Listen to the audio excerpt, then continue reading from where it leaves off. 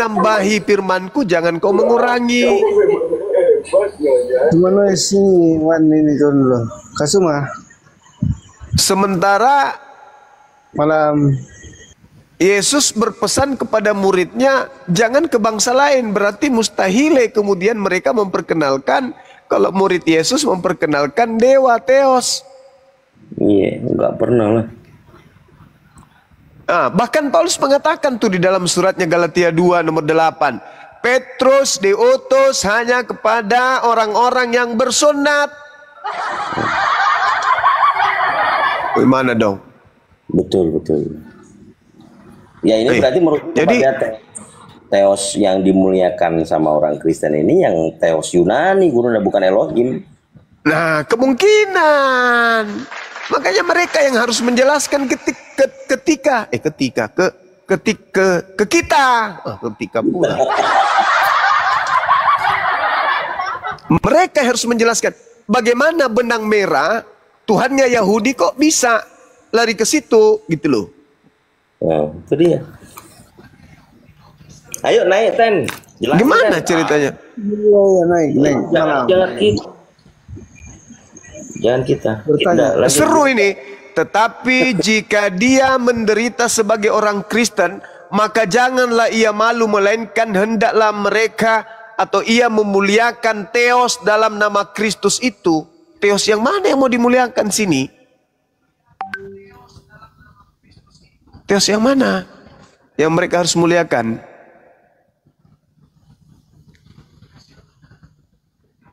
Mereka memuliakan Theos dalam nama Kristus. Yesus berpesan, waspadalah kepada penyesat yang datang kepada kalian memakai namaku dan berkata, akulah Kristus.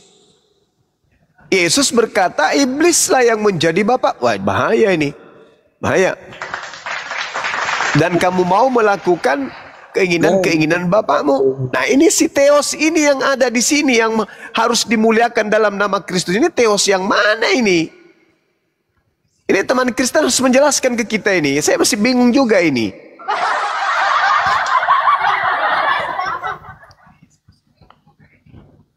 Allah. Udah.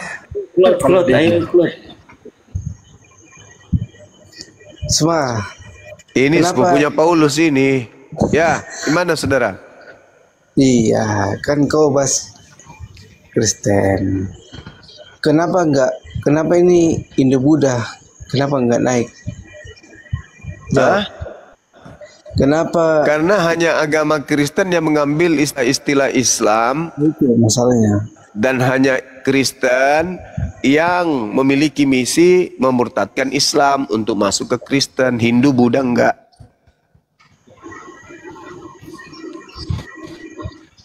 Itu kan saya nggak tahu juga ini. Tapi kan Buddha, Hindu gimana nggak masuk itu Kasuma? Bertanya. Ya kan udah ku jawab, saudara. Udah ku jawab.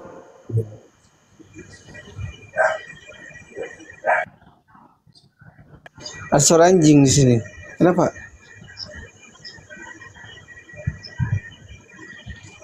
Kenapa Hindu? Mungkin mau Buddha nggak direbus masuk? kali. Kan sudah ku jawab. Apa jawabannya? Karena Hindu Buddha tidak mengambil istilah Islam dalam Al-Quran masuk ke kitab mereka, dan mereka tidak punya misi memurtadkan umat Islam masuk ke agama mereka. Berbeda dengan kalian punya cara begitu. Oh, cara. Siapa itu caranya? Siapa itu? Siapa aja? Paulus. Ini anak kandungnya Paulus ini kayaknya. Jangan, biarin aja. Dia kurang ngerti bahasa Indonesia Banyu. Ih, siapa itu yang mau itu gitu? Siapa itu? Ini kan kita bahas Tuhan Kasuma. Jangan main-main loh.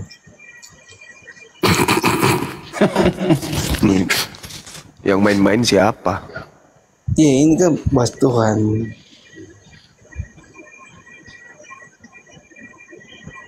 Ini kan Tuhan loh, dan main-main loh. Kalau deh kamu masuk dalam perkumpulan organisasi mana kalau deh? Katolik. Selain itu ada perkumpulan lain? Loh, saya minta maaf, saya nggak bisa bilang juga bidat. Kan kumal Bukan itu. Iya, maaf. Kamu masuk nggak perkumpulan organisasi senam? Misalnya perkumpulan senam, masuk nggak? Ini saya bertanya. Oh, senam mandi. Nggak nyambung. Kau bahas Kristen. Kalau kau bahas Hindu, Buddha, nggak mungkin saya Kristen naik. Gimana sih lo? Gitu.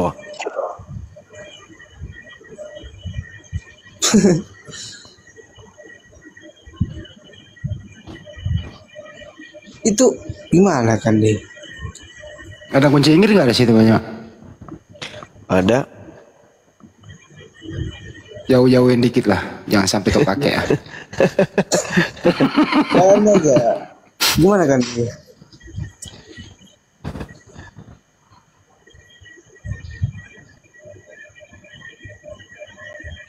Itu malah sih. Gimana tuh Sukma? Hindu, Buddha, Kristen terus. Orang lain like Kristen bantah-bantah. Gimana tuh Sukma? Udah 2 kali dijawab lo tadi. Oh iya gitu lah. Sudah. Yang lain Ini jawabannya nih. Ini jawabannya dengarkan baik-baik ya. Karena menurut nih dari Badan Meteorologi dan Geofisika itu memang seluruh Indonesia itu mengalami musim hujan. Itu sih jawabannya. Jadi tetap harus waspada. Itu jawabannya teman-teman. Jawabannya. Ini setelah bahas Tuhan. Serius lah, ini Tuhan loh. Dan jangan main. Gimana ini? Coba kau jelaskan dulu konsep bertuhan di agamamu, coba. Kami pingin dengar. Aduh. Iya. Tuhan itu Bapa. Bapaknya Yesus.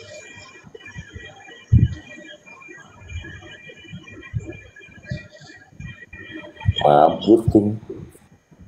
Loh. Yesus bersujud, berdoa di taman Getsemani. Gimana itu? Itu dia bersujud untuk membuktikan dia sebagai hamba atau dia sebagai Tuhan? Hamba, sudah hamba. Hamba. Pintar. Berarti Yesus bukan Tuhan ya? Itu kalau LI gimana Kak? Yohanes 1:13. Aku guru dan Tuhan. Sembaran tom piti kana-kanai bawanu. Mana ada Yohanes 1:13? Aku guru dan Tuhan.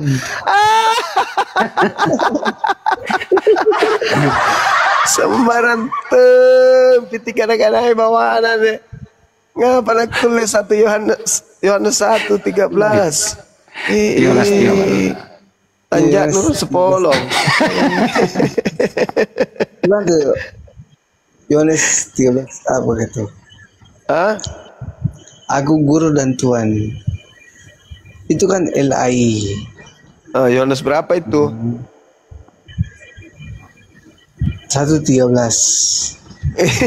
Itu malah asa. Berapa ini Alkitab? Coba saya buka Alkitab dulu ya. Bertanya semua salah kah? Itu Salah kah bertanya? ini dia yang langsung menyebutnya di dalam Yohanes 1:13. Ini salah dulu. Ini bukan kita. Saya yang LI ini gusur dulu sedikit. Sabar. Saya jawab.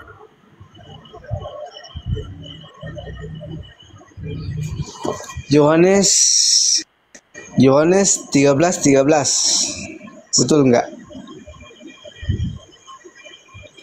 Kamu menyebut aku guru dan Tuhan.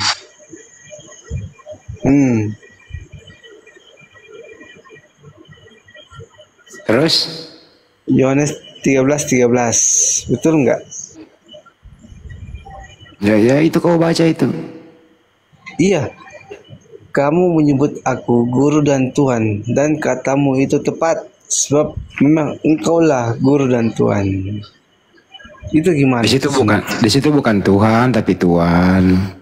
Iya, ini kan Elai. Elai itu orang mana sih? Elai orang mana? Hah? Lembaga. Lembaga Alkitab Indonesia. Oh, lembaga. Kamu setuju gak dengan itu terjemahannya? Ya, itu dari, saya nggak sebut nama. Kan ini bertentangan. Ada guru, ada Tuhan. Ya itu aja, Kak. Ya, saya nggak paksa imanku. Kalau memang ada Kristen, ya gitu aja, Kak Andi. Itu kan dalil. Kalau Yesus kemudian, ya, Lode, ya silakan. Lode, kalau Yesus kemudian berdiri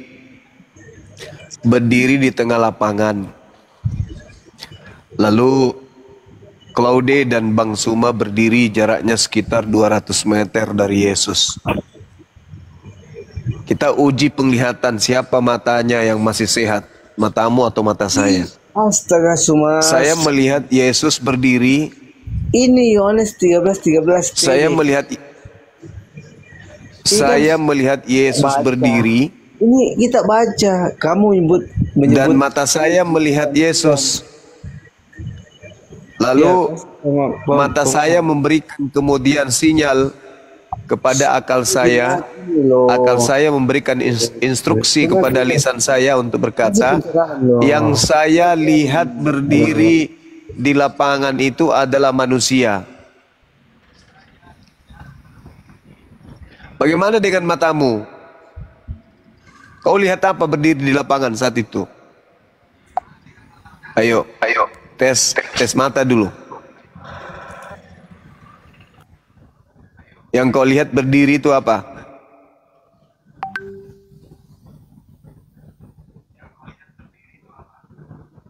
Oh, udah pergi dia. Tes mata aja kau sudah kalah. Matamu tuh sudah tidak sehat. Kau udah gagal. Dari segi penglihatan, kamu sudah kalah.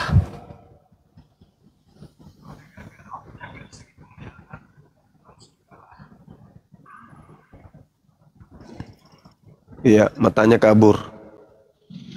Lalu kita maju lagi. Mendekat.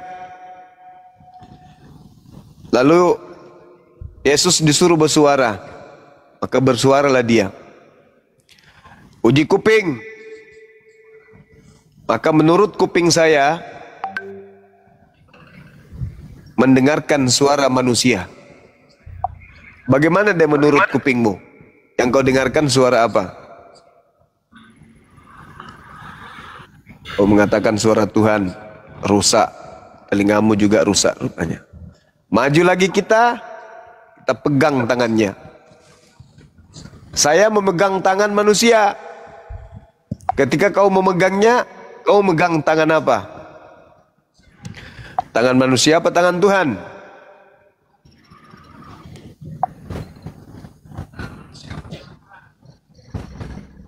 Alhamdulillah, indera peraba saya masih normal. Saya memegang manusia. Kamu memegang apa? Tuhan. Rusak sudah kau, udah dibawa rumah sakit.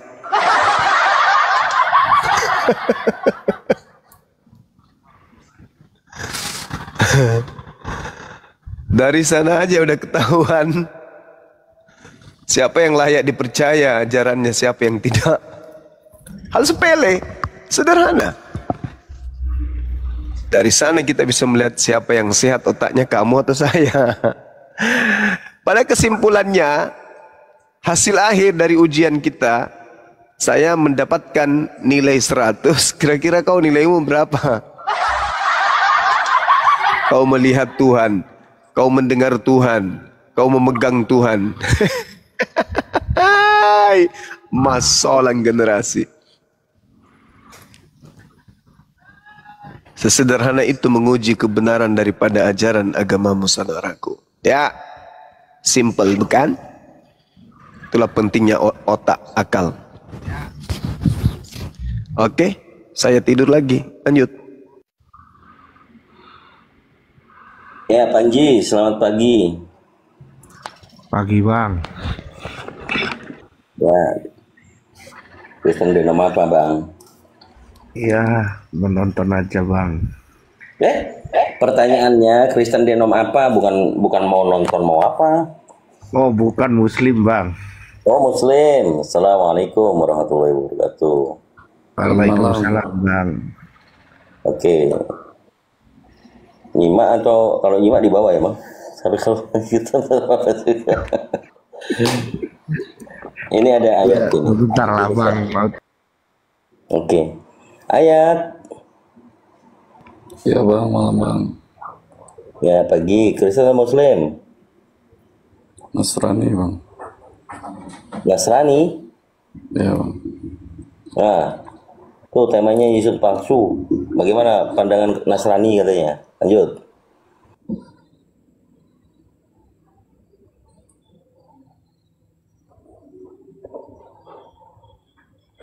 Bang, Ya bang. itu temanya Yesus palsu bang. Ada tanggapan nggak?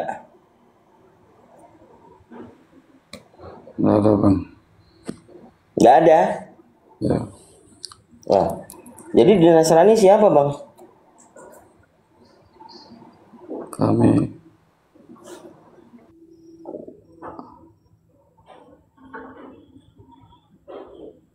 Apa? Kami bang. Kami.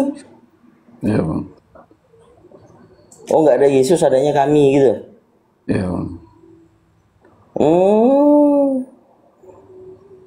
Jadi nggak kenal Yesus. Kenal bang. Bukannya Nasrani itu Paulus? Bukan bang. Lah, kitabnya apa bang? Bolo bang. Hah? Bolo. Apa sih nggak jelas? Abang mau diskusi atau mau gimana sih abang ini? Nggak ada bang. Mau turun aja bang. Bangun lah bang, kalau mau diskusi ini ada Bang Zuma lo, ada Gurunda kami lo. Masih tidur, masih molor kayaknya di bocah nih. Belum kenal. Mau bertanya nggak? Apa yang mau ditanya? Tanya tentang itu bang. Tentang benar. Tanya tentang benar ke bulan terbelah bang. Bener, hadisnya jelas bener. Ya, Mau ditampilkan datanya nih, hasil fotonya, bener. ya bang.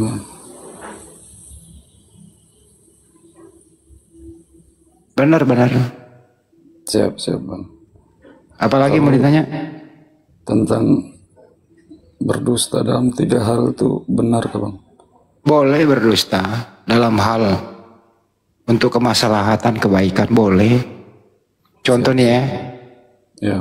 Ada orang Jepang nih masuk cari orang tuamu yang pejuang misalnya, tapi orang tuamu ini masuk ke rumah saya untuk berlindung. Datang orang Jepang, mana orang tuanya si Ayat? Kalau ada di dalam, aku pengen pindah alam dia orang tuanya. Saya terpaksa membohongi Jepang. Tidak ada di sini Kimoto, nah, kan gitu namanya. Siapa sih namanya? Ajinomoto lah namanya kan. Tidak ada di sini. Nah, gitu. Itu berarti boleh. Daripada orang tuamu pindah alam bagaimana? Atau saya jujur aja? Bagaimana? Bang, soalnya aku ketemu roomnya Ahmadi, katanya itu hadis nggak betul. Siapa yang ngomong kayak gitu? Kitun bang, Kitun. Saya udah kasih analogi loh tadi. Kitun bukan muslim. Dia Ahmadi bang, Ahmadi. Kita bukan Ahmadi. Ya enggak tahu bang, dia ngakunya. Tampil lu datanya Bang Jibril. Itu bulan pernah terbelah. Wah, ini matanya aja nggak kebuka bang. Masih mau jelasin. Enggak, terus soal 3 tadi, soal 3 yang berbohong itu kita mesti lurus. Oh ya udah. Bang Ayat. Yang berdusta tuh salah katanya. Iya, dia bukan Muslim bang. Jadi kalau abang nanya sama dia salah. Siap bang, makanya tanya sama mereka. Nah, kita dikasih tahu bang bahwa kita boleh berdusta dalam 3 hal. Satu, dalam perang. Contoh, abang ketangkep. Kita lagi perang sama Malaysia bang. Abang ketangkep. Habis itu abang ditanya sama orang Malaysia, rumah keluarga abang di mana? Kira-kira abang jawab jujur apa enggak? Enggak bang, enggak. Nah, itu Islam menyelamatkan kita di situ bang. Jadi jangan karena gila-gila jujur nyelakain orang gitu bang. Itu satu. Kedua, untuk menyenangkan pasangan kita bang. Contoh, abang punya istri, dia baru beli dress warna hijau bang. Tapi ketat banget bang, kayak lemper begitu dipakai. Terus ditanya nih bang, sayang, aku cantik gak? Abang jawabnya gimana bang? Kalau ketat cantik bang. Ah, tapi ketat kayak lemper bang. Jelek. Tapi nggak mungkin abang bilang, jangan pakai baju itu yang kayak lemper kamu. Nggak mungkin kan? Iyalah, nanti disuruh tidur di luar. Bukan cuma tidur di luarnya, tapi menyakitinya bang. Dia kan orang yang kita sayangi, orang yang kita cintai, yang mestinya kedamaian kita, bukan tempat kita perang, ya nggak? Iya betul. Masa kita sakitin hatinya? Ntar kita lagi tidur, betul nggak? Itu nomor 2. Yeah. Nomor 3, untuk kemaslahatan umat bang, untuk mendamaikan. Jadi contoh, abang nih lagi duduk di teras rumah, ibu abang datang, itu bini lo masakannya nggak enak ini. Habis itu ibu abang pulang, bini abang datang, bilang apa tadi mama kamu bilang? Abang kira-kira nggak bilang apa? Nggak ada bang, diam-diam aja. Nah, Islam itu nggak membebankan, jangan karena gila-gila jujur malah nyelakain orang, malah menyakiti perasaan orang. Gimana itu bang? Paham nggak sampai sini bang? Dapat bang, paham. Masya Allah. Jadi nggak dibebanin dosa karena mau jujur malah malah nyelakain keluarga, mau jujur malah nyelakain, malah nyakitin hati istri, mau jujur malah ngancurin keluarga orang, betul nggak? Betul. Sama itu Masya bang, Allah. katanya Nabi bukan buta huruf, Nabi bisa tulis baca. Di dalam Al-Quran dijelaskan bahwa Allah Subhanahu Wa Taala bilang bahwa Nabi Muhammad ini adalah orang yang ummi terhadap kitab-kitab sebelumnya. Ummi di situ artinya buta huruf terhadap kitab-kitab sebelumnya. Di abad Rasulullah hidup di tahun 571, meninggal di 632. Waktu itu bang, di tahun itu Bible abang belum ada dalam bahasa Arab bang. Dan perjanjian lama itu masih dalam bahasa Hebrew. Jadi untuk Rasulullah, Rasulullah mempelajari kitab sebelumnya, dia buta huruf bang. Sama seperti abang, sekarang saya tunjukin original teks abang, bahasa Yunani. Abang buta huruf nggak sama kitab abang? Ya kalau huruf selain Indonesia buta bang. Nah, begitu abangku. Siap. Oke, Ada lagi itu yuk? Serangan terhadap Islam ya bang. Buka semua bang, serang kami bang, biar kami di sini bisa luruskan. Itu bang, kenapa ayat harus diturunkan bang? Wahyu secara definisi itu adalah firman dari Tuhan yang maha besar, maha suci.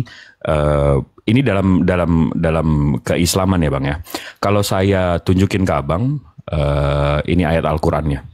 Saya berdasarkan ayat Al-Quran aja.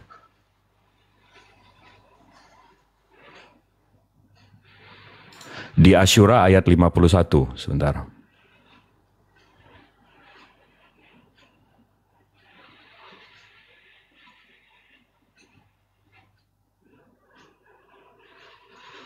Ini Bang.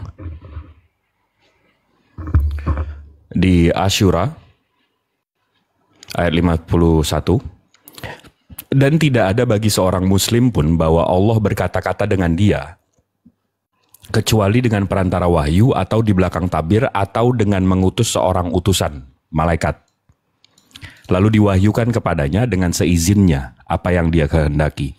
Jadi dan ini selaras dengan ajaran nabi-nabi bahwa Tuhan Allah Subhanahu wa taala, Tuhan pencipta langit bumi beserta isinya, itu berkomunikasi dengan makhluknya itu dengan 3 cara, Bang. 1, dengan wahyu. Wahyu itu ada firman yang tiba-tiba ada di hati kita atau hati nabi. Kedua, itu di belakang tabir. Nabi Musa, Nabi Musa itu abang kalau tahu di Bible abang itu ngomong sama api. Nah itu apinya itu dijadikan tabir, Bang. Sama seperti saya ngomong sama abang sekarang. Handphone itu kan bukan saya, Bang. Tapi handphone abang itu menjadi tabir untuk saya. Betul nggak? Betul. Nah habis itu ketiga, dengan mengutus utusan atau malaikat. Jadi Allah Subhanahu wa taala, pencipta langit bumi beserta isinya, itu komunikasi dengan nabi-nabinya ini dengan 3 cara itu, Bang. Makanya itu diturunkan. Kan tadi pertanyaan Abang kenapa wahyu atau firman diturunkan? Karena ya itu, karena memang firmannya itu diturunkan. Begitu Abangku.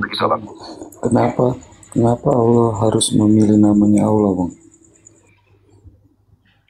Itu hak prerogatif dia, Bang. Allah Subhanahu wa taala menamakan dirinya Allah, itu hak prerogatif dia. Dia pemilik, dia pencipta segalanya. Dia punya hak untuk karena yang nggak bisa milih untuk atau yang nggak bisa milih nama untuk diri dia sendiri, contoh makhluk, Bang. Contoh saya kan nggak punya hak untuk memilih nama saya. Saya dinamain dari orang tua saya. Kecuali nama TikTok. Nah, itu kan alias kita. Ada lagi, Bang, serangannya yang lebih ini, Bang, yang Abang dengar di room kafir tuh apa itu yang kok Islam begini, kok Islam begitu, coba tanyain aja, Bang. Banyak sih, Bang, tapi itu juga, Bang, lagi. Betul kayak itu ayat mengatakan kalau Islam sama Kristen bersaudara, tapi sama Yahudi enggak.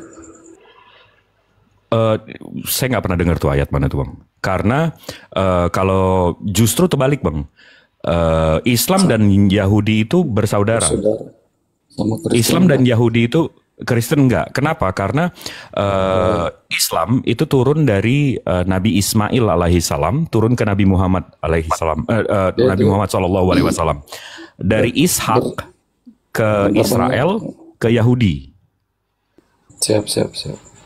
Nah, sementara Kristen kan kalau ditanya abang dari mana Kristen? Oh, Abang Nasrani ya? Ya, Nasrani. Abang berarti tidak mentuhankan Yesus ya?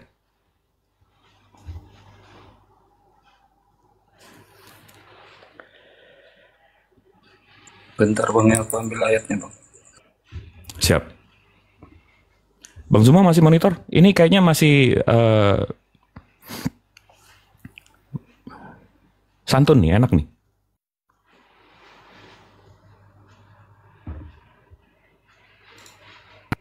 Ada lagi nggak, bro, pertanyaannya? Ada, itu dia mau bawa ayatnya. Ya. Pokoknya yang buruk-buruk deh, lu tanya. Iya, tanya, kita penyembah batu, bawa semua. Al-Madi ayat 81, Bang, tentang sahabat. Ahmadi, Bang. Iya, Madinah. Madinah. Al-Maidah mungkin. Al-Maidah ya, 81. Oh. Al-Maidah ayat 61. 88. Oh, ayat 88. 81. Oh, 81. Oke. Bentar ya, bismillahirrahmanirrahim. Sekiranya mereka beriman kepada Allah, Nabi Musa, dan kepada apa yang diturunkan kepadanya, Nabi, niscaya mereka tidak akan mengambil orang-orang musyrikin itu menjadi penolong-penolong, tapi kebanyakan dari mereka adalah orang-orang yang fasik. Kenapa tuh, Bang, di situ, Bang? Sampai gitu bang ya. Ntar bang ya, ntar.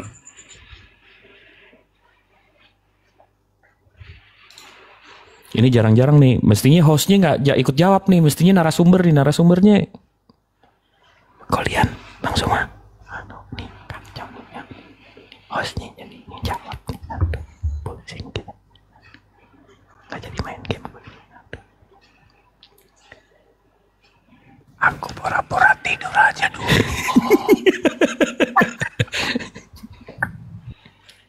Cepet kabur kalau suara abang. Tapi enak nih bang, ini santun nih bang, asik nih bang. Salah bang, bukan di situ dia. Nah, jadi Al-Maidah ayat berapa nih bang? Nah itu dia, pokoknya ada pembahasannya kemarin tuh tentang sahabat, katanya bersahabat.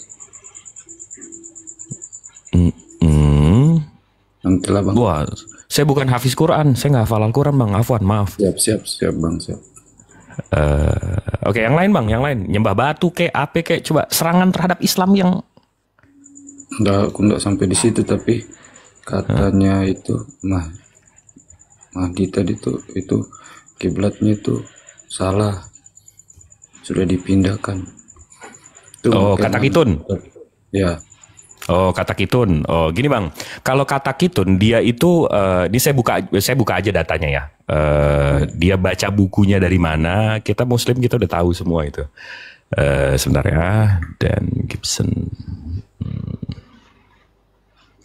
Ini saya buka ini ya.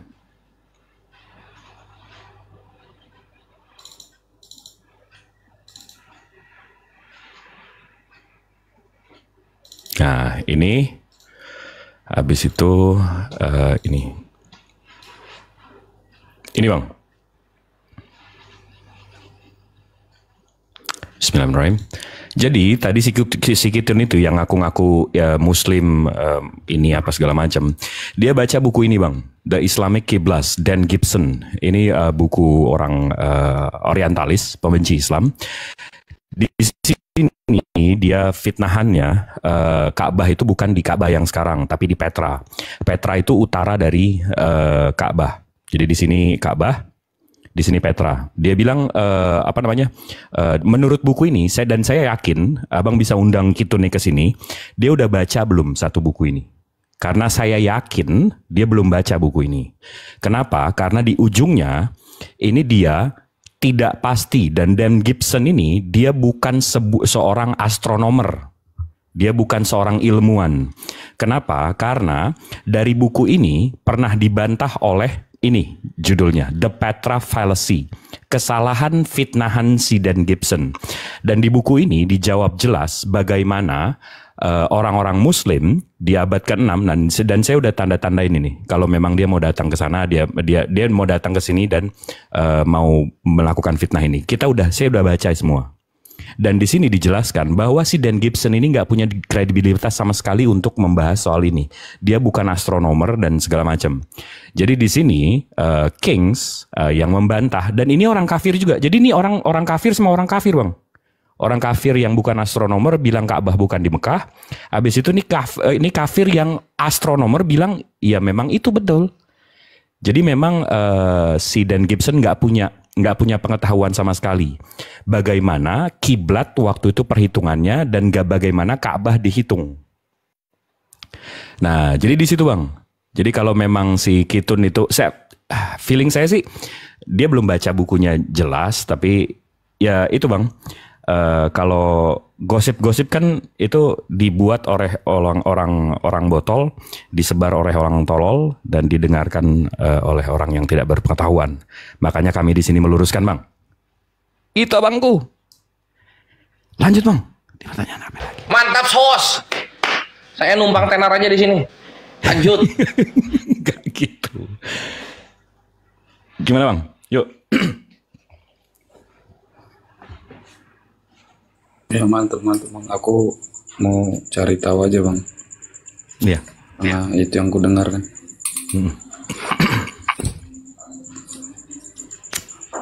Bang Ayat, kenapa nadanya kok sedih-sedih begitu? Baru tertimpa musibah. Orang-orang pada tidur di sini bang. Oh oke. Lanjut. Gak sanggup. Mau masuk Islam? Enggak, mau tahu aja. Insya Allah katanya. Insya Allah katanya. Mantap. Yuk. Sah. Islam dihujat, orang-orang jadi penasaran loh. Emang bener ya yang diomongin orang-orang seiman saya? Gitu mereka.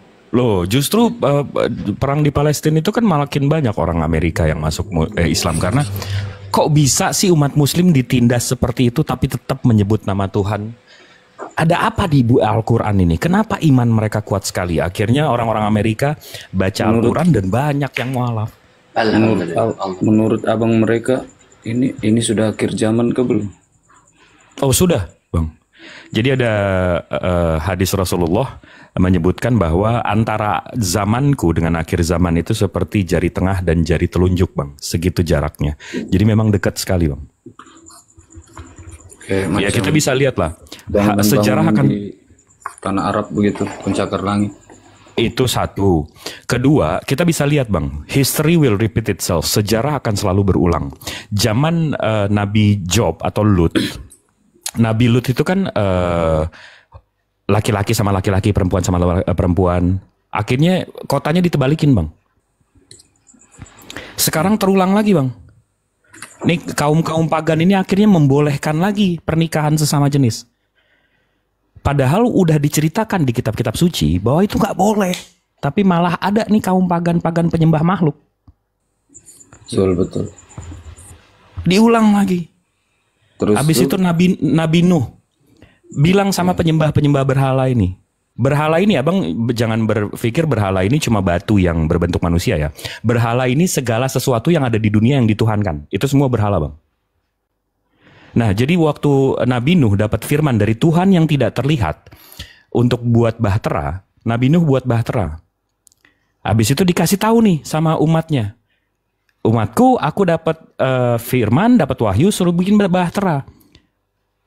Kaum-kaum penyembah makhluk, penyembah anak-anak Tuhan, itu bilang, mana Allahmu?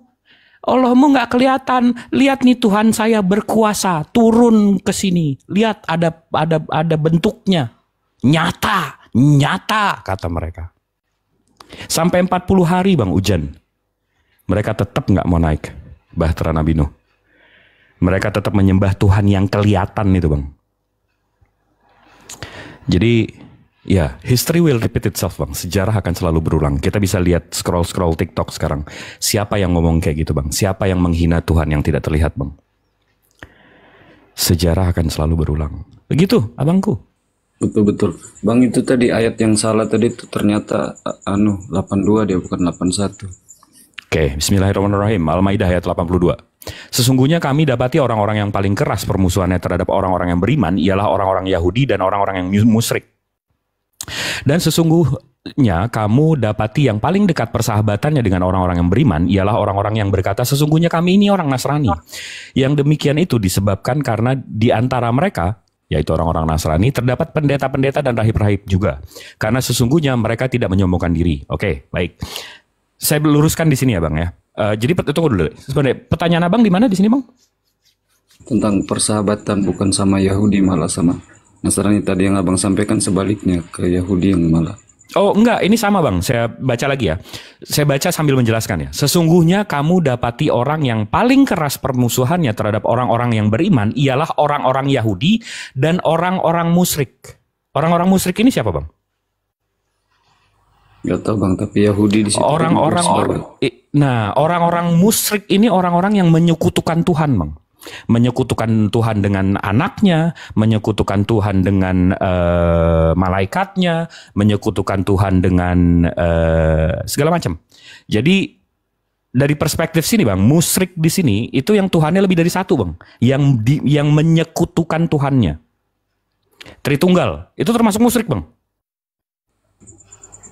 Abang sudah main room Tritunggal, Bang?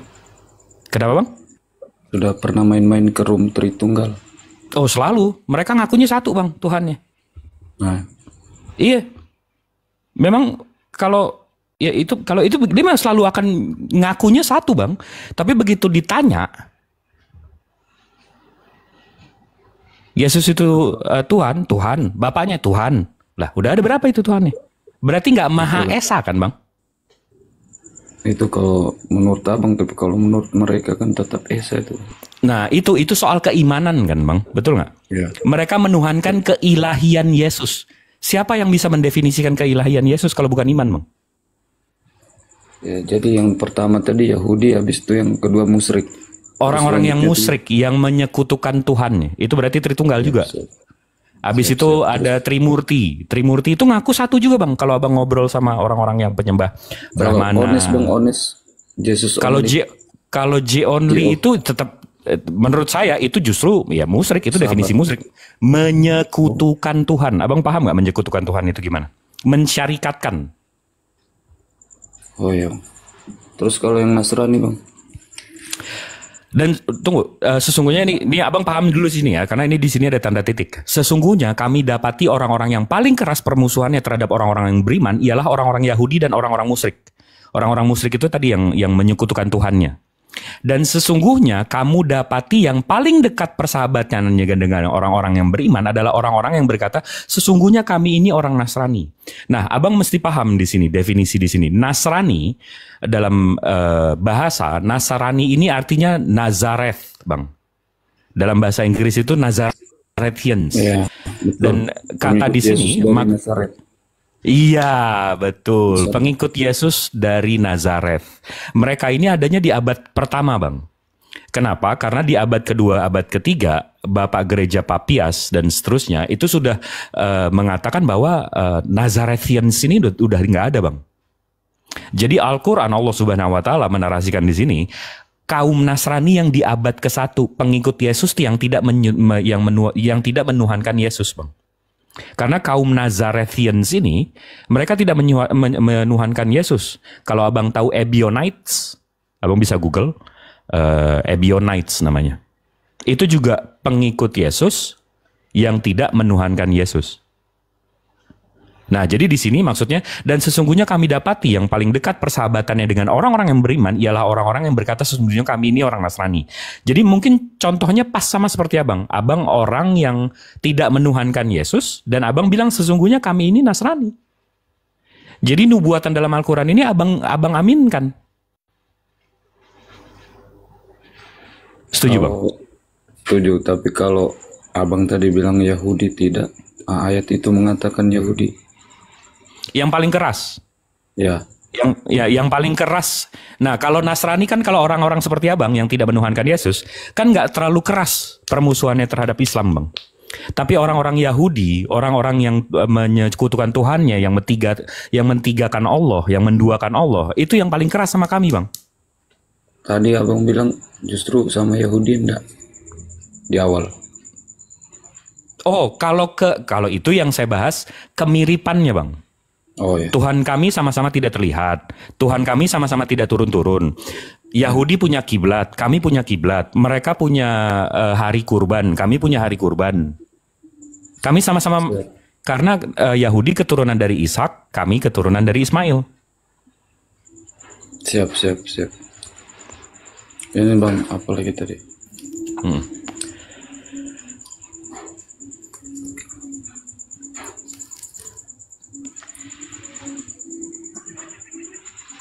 Bang Zuma, izin kalau mau masuk.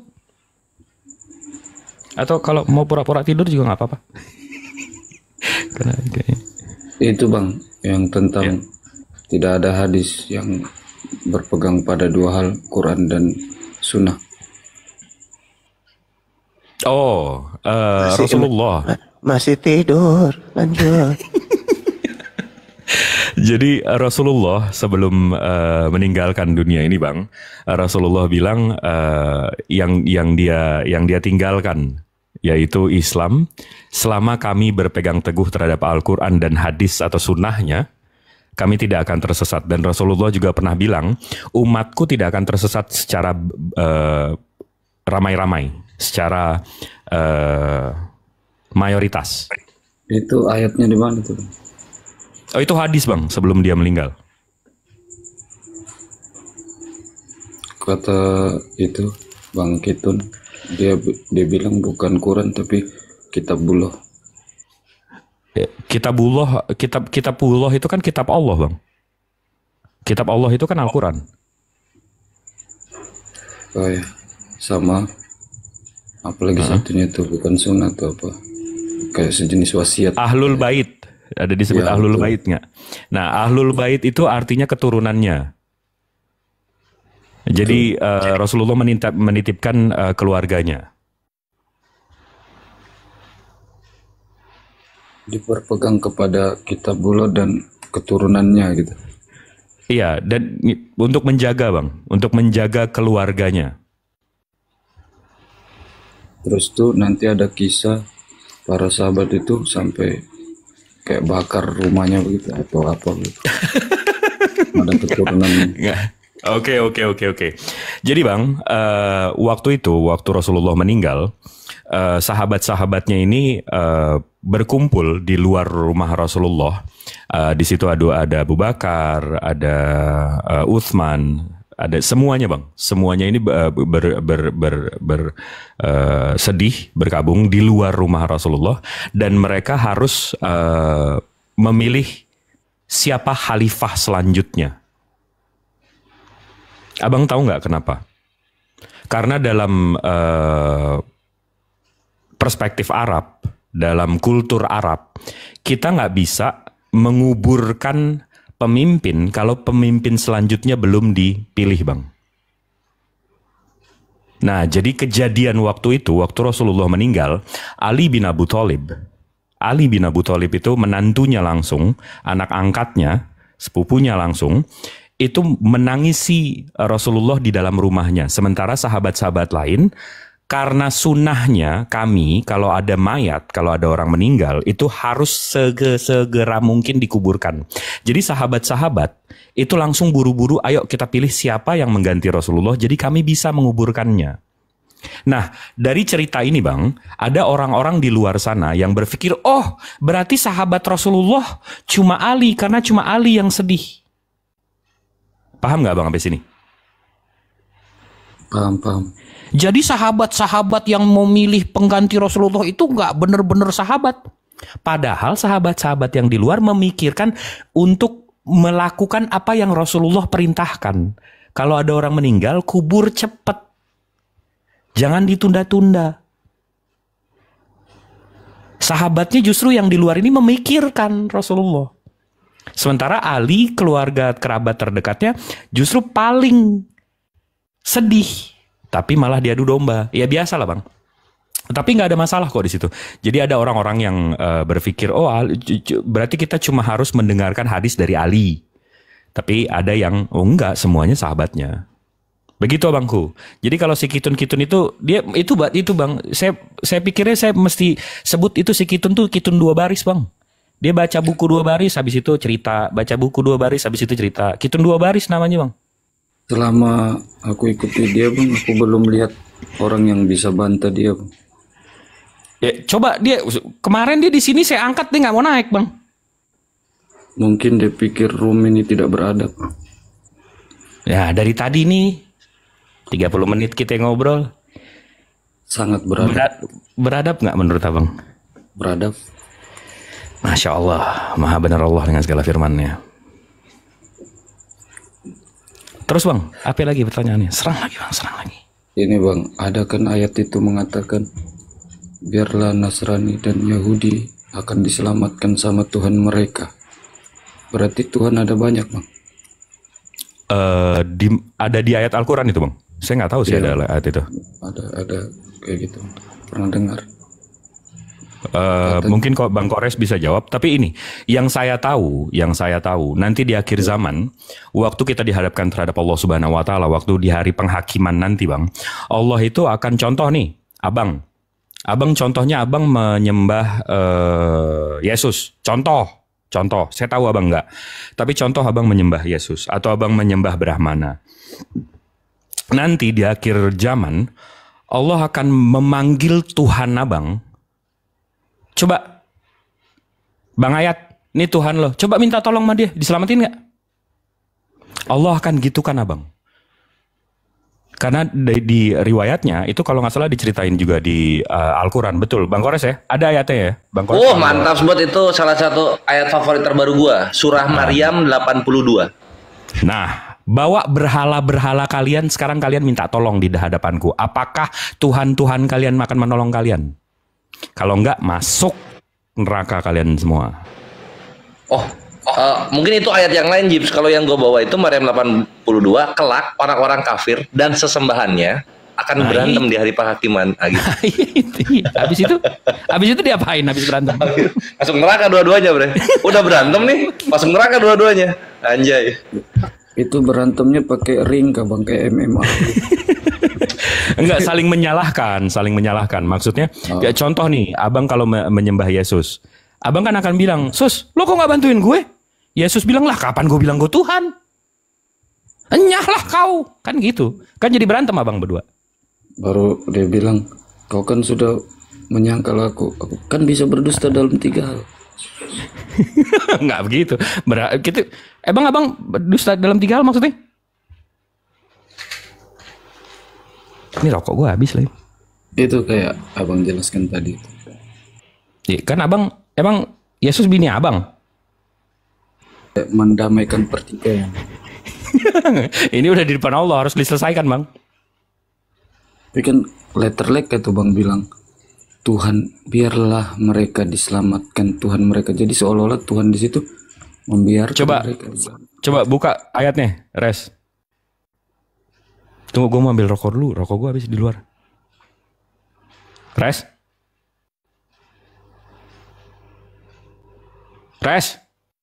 Oi. Buka ayatnya. Dia kayaknya belum ini. Oke. Tunggu, gue ambil rokok bentar ya. Itu ada yang komen, tapi nama Allah itu banyak. Gue paling suka Al-Quran tuh ya, siapa ayat sangat menjelaskan banget mana Tuhan, mana berhala gitu. Tuhan itu keagungannya seperti apa, berhala itu kayak gimana waktu di dunia dan di hari penghakiman. Itu gue suka banget di situ.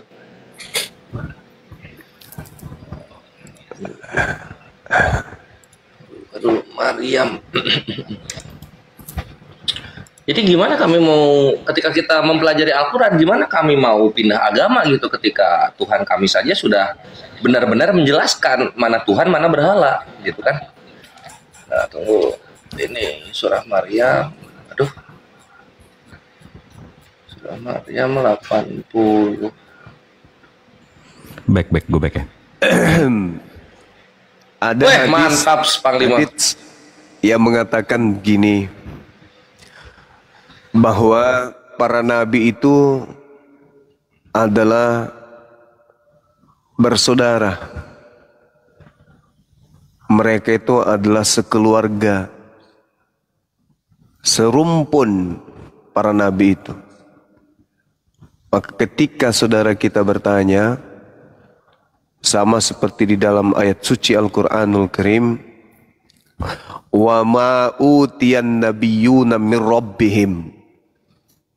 Allah berfirman kepada Nabi Muhammad, lalu kemudian Allah mengatakan bahwa apa yang diberikan kepada para nabi, Nabi Ibrahim, Ismail, Ishak, Yakub dan anak cucunya, dan juga yang diwahyukan kepada Nabi Musa dan Isa, serta kepada apa yang diberikan kepada nabi-nabi min rabbihim, dari Tuhan mereka. Dan ini adalah pernyataan Allah. Bagaimana kemudian orang Islam menyikapi ayat tersebut? Apakah berarti Tuhan itu banyak? Karena Tuhan Allah Subhanahu wa taala menjelaskan beribadah, menyembah, beriman kepada Tuhan mereka, para nabi-nabi. Nah, tadi hadisnya mengatakan nabi itu bersaudara. Begini, ada kemudian anak saya 3 orang. Yang pertama namanya Aji Maulana. Dia hidup di tahun 90-an misalnya. Anak saya yang kedua hidup di tahun 2000-an. Anak yang kedua. Anak yang ketiga hidup di 2010. Kemudian ada yang muncul di tahun 2020 lagi. saya bertanya jawab tentang anak saya yang pertama yang tahun 90, tahun 2000, 2010 dan 2020. Saya sebagai bapak menjelaskan kepada anak yang bungsu bahwa sekiranya kemudian mereka memahami apa yang bapak mereka sampaikan itu, mereka akan sampai kepada kebenaran. Nah, bapak mereka yang saya maksud di sini adalah diri saya sendiri. Karena bapak-bapak mereka itu adalah saya. Sayalah satu-satunya bapak di antara 4 anak saya, nggak ada bapak yang lain. Maka ketika saya bercerita kepada anak saya yang bungsu, anak saya bertanya, bagaimana bisa kemudian Haji Maulana, si Khalid, dan juga kemudian Ridwan bisa memahami itu dan bisa mendapatkan kemudian warisan tersebut. Saya menjawab, kalau mereka taat kepada bapak mereka, ya inilah yang terjadi, mereka mendapatkan warisan yang mutlak. Nah, maksudnya saya sedang menjelaskan tentang diri saya sendiri.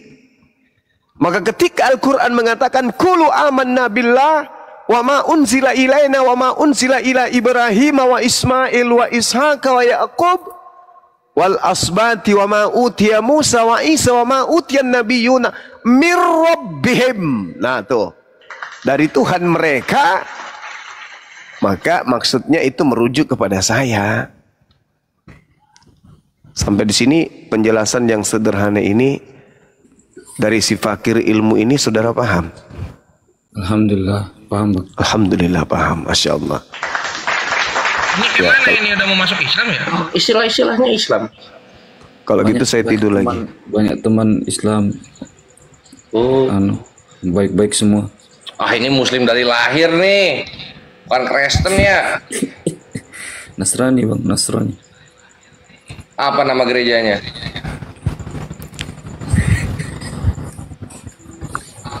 Jangan Bang, nanti di grup. Guruk.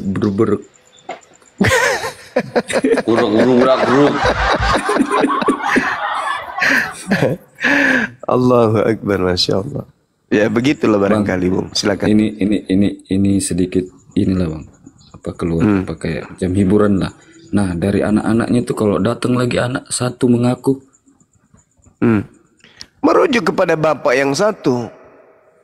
Dia tidak terdaftar tapi tiba-tiba tahu kayak kasusnya Mario Teguh tuh, Bang.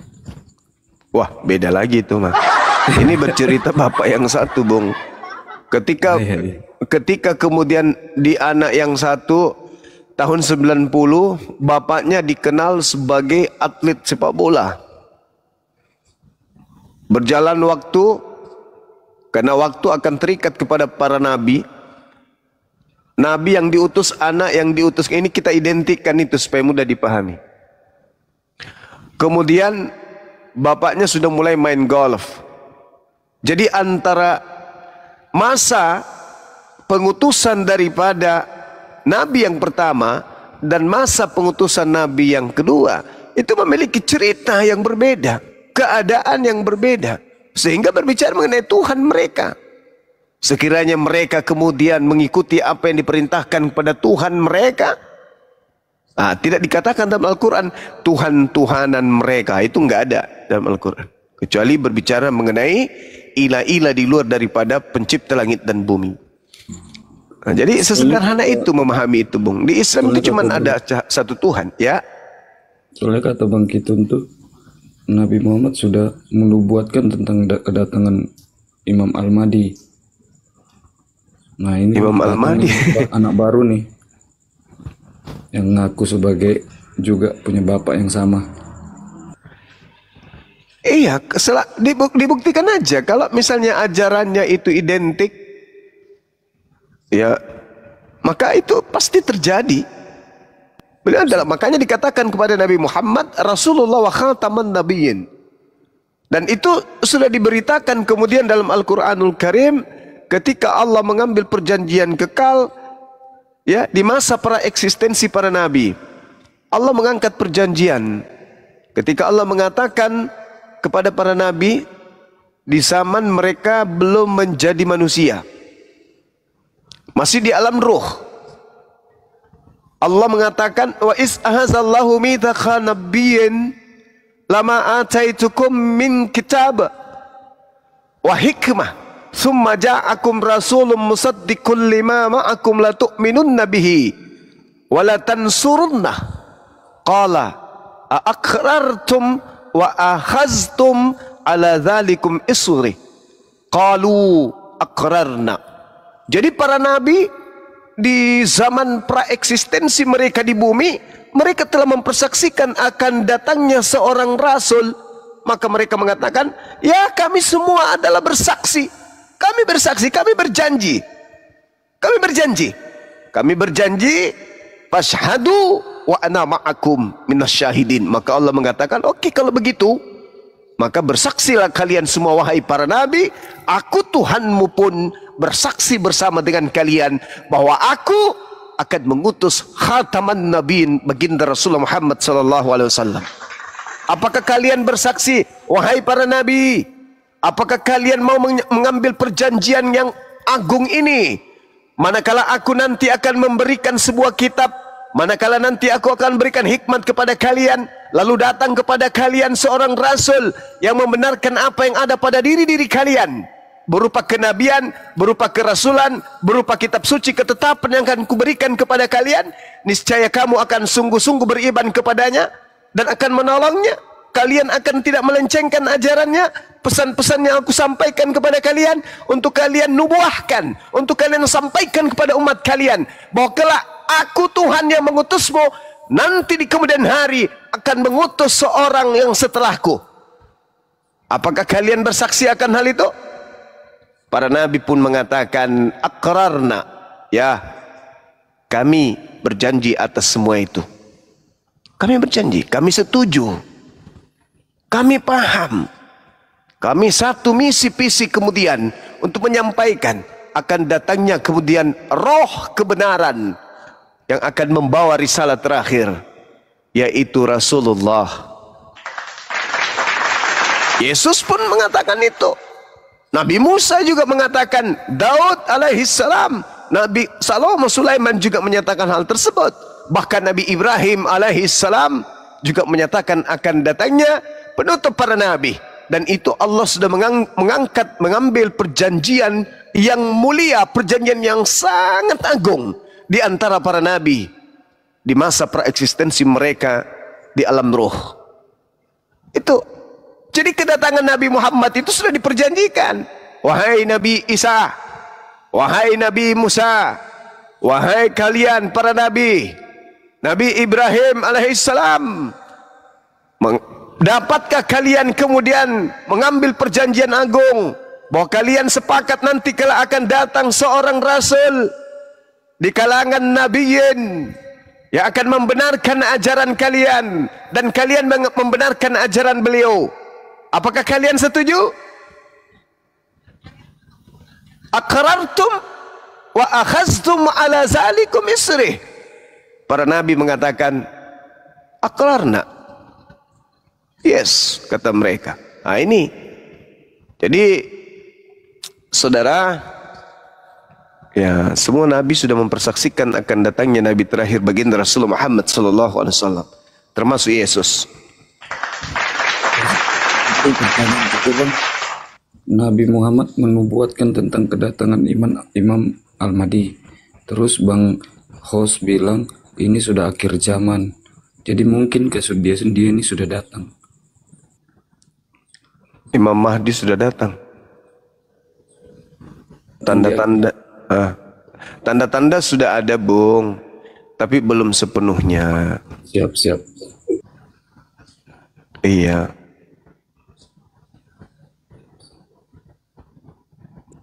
Kalau seandainya dia datang dan Bang Zuma masih ada, maukah Bang Zuma mengikuti Imam Al-Mahdi? Mau mengikuti Imam Mahdi yang dinubuatkan Nabi.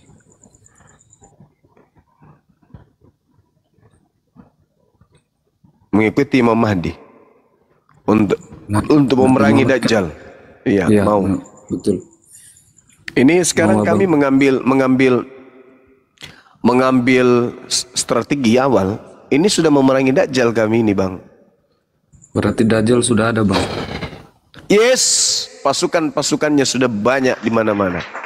Akhir zaman sudah nyata. Dajjal sudah ada, tinggal Imam Ahmadinya nih yang belum tahu di mana, Bang ya. Ya. Siap.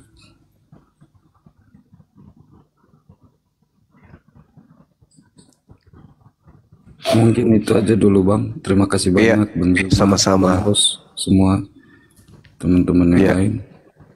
Bisa gantian dengan yang lain mungkin. Oke, bosku. Amit, Bang. Malam. Hati-hati di jalan.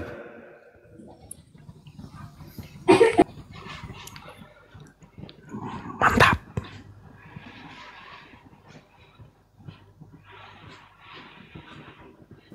Tidur lagi kah?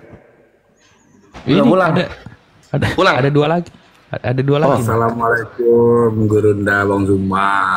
Waalaikumsalam warahmatullahi wabarakatuh. Waalaikumsalam warahmatullahi. Ada umatnya agama baru tadi ya.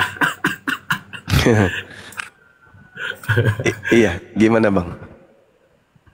Iya, ngajak Gurunda dia. Yakin kali dia Mahdi itu udah datang ya kan. Sementara kita percaya sama Nabi Muhammad. Macam mana pula itu? Agama baru berarti ya? Iya. Imam Mahdi itu tuh dia meneruskan apa ya kan Gurunda kan? Dia melawan Dajjal, memerangi Dajjal, sementara dia nggak menyalahi syariat Islam kan itu. Iya. Sementara dia ini kayak Kitun itu kan dia tidak percaya hadis itu. Jangankan hadis Bang, kota Mekah aja dia nggak percaya.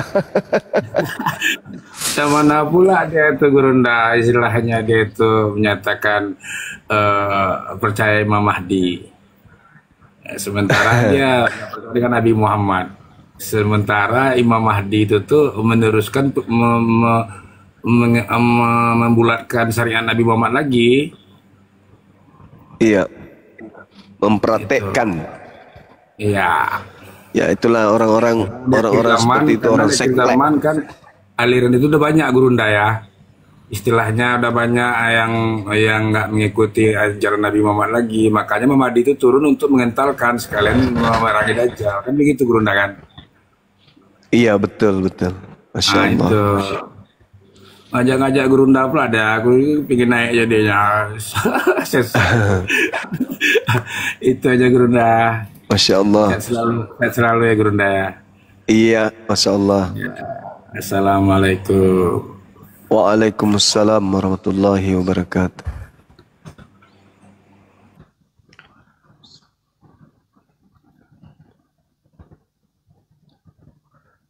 Memang banyak kelihatan orang cari panggung ya kan ya, membuat satu penjelasan tentang Islam, menguraikan tentang Islam ya, tapi mereka kemudian menyalahi kaidah Islam itu sendiri.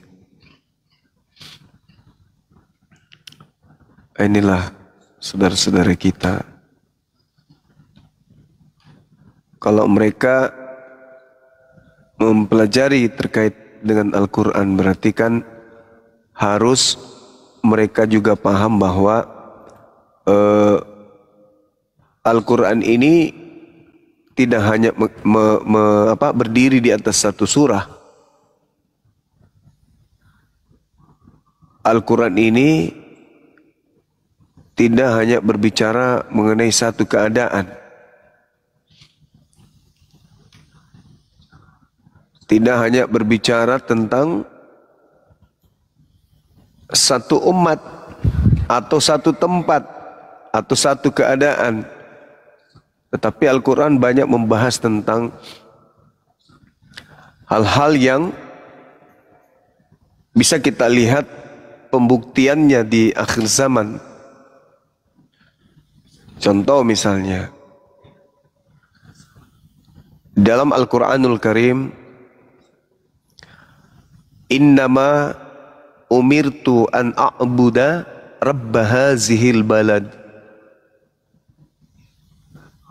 Aku hanya diperintahkan menyembah Tuhan negeri ini yang Dia telah menjadikan suci padanya. Kota ini dijadikan suci. Kalau yang dibawa oleh si Nyik-Nyung itu benar dan ternyata Ka'bah itu keliru, palsu kata dia, lalu implementasi daripada Al-Quran surah An-Naml ayat 91 ke tempat aslinya itu mana? Kan kudu berjalan itu. Apa yang diterangkan Al-Quran kalau dia imani sebagai firman Tuhan mutlak harus berjalan. Masakan kemudian nubuah atau kemudian ketetapan Tuhan bisa berubah oleh seorang Nabi Muhammad sallallahu alaihi wasallam ketika dikatakan bahwasanya Rabb hazihil baldatil ladzi harramaha wa lahu kullu syai'. Berarti kota yang dimaksud oleh si siapa namanya? Siapa namanya itu? Kenapa dibiarkan menjadi kota asing? Kenapa dibiarkan menjadi kota yang tidak disucikan? Sementara yang dijelaskan di situ bahwasanya negeri itu dijadikan menjadi suci oleh Allah.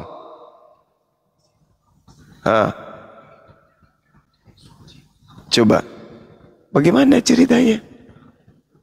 Mana pembuktiannya?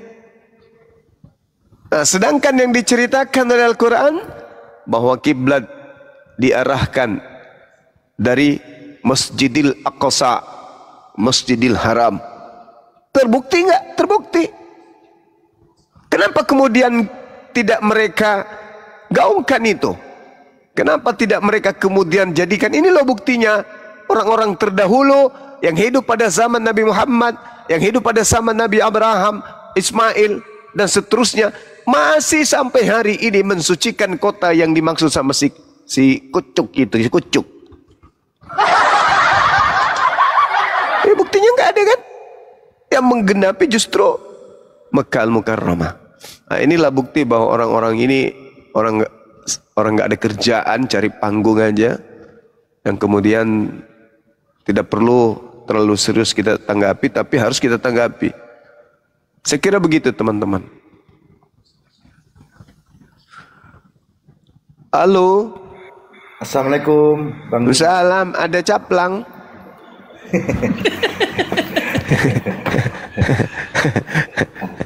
Bang Zuma, saya dari Pekanbaru Bang. Boleh tanya Bang? Boleh. Mengenai Nabi Isa Bang Zuma. Iya. Begini Bang, kita tahu Nabi Isa kan untuk Bani Israel ya Bang ya. Iya. Eksklusif ya Bang ya. Siap. Jadi yang untuk dakwah ke itu Bang Zuma, ke tentara Romawi itu, apakah mereka dihukum fatrah? Karena kalau Musa kan sama Fir'aun ya kan udah diingatin. Jadi pengingat siapa dakwah untuk Romawi gitu Bang Zuma. Makasih Bang Zuma. Iya, jadi tidak seluruh nabi itu diceritakan dalam Al-Quran. Tidak seluruh rasul juga diceritakan di dalam Al-Quran. Enggak. Kita hanya berbicara Torah. Dalam hal ini ketetapan-ketetapan Tuhan yang datang kepada kaumnya Nabi Musa, kaumnya Nabi Daud, kemudian Nabi Isa alaihissalam. Nah, kepada mereka di luar sesuai dengan kaidah tak ada bedanya dengan Arab jahiliyah, patrah. Makanya saya sering menyinggung ketika saudara-saudara kita non-muslim mengatakan bahwa tidak berlaku lagi Torah itu bagi kami, maka muncul pertanyaan, memang Torah itu kapan berlakunya untuk kalian? Sekarang kami sudah tidak makan babi. Sekarang kami sudah bebas makan babi. Memang sejak kapan kalian dilarang makan babi? Gak ada kaitannya, baik menurut Al-Quran maupun menurut Bible mereka. Hukum Torah hanya mengikat kaum Yakub, Bani Israel. Begitu juga dalam Al-Quran, Nabi Musa diperintahkan hanya untuk kaumnya.